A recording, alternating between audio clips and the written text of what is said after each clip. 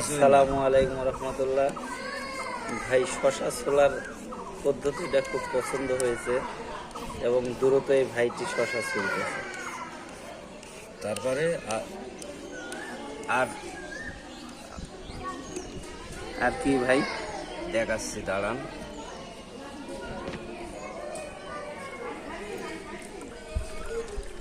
এই মালটা 2 পিস হবে। কিভাবে হবে? কি হবে হবে আপনি দর্শক দেখবেন। বন্ধুরা, এই শশাটি একটি শশা হবে 2 পিস, একটু খেয়াল করেন।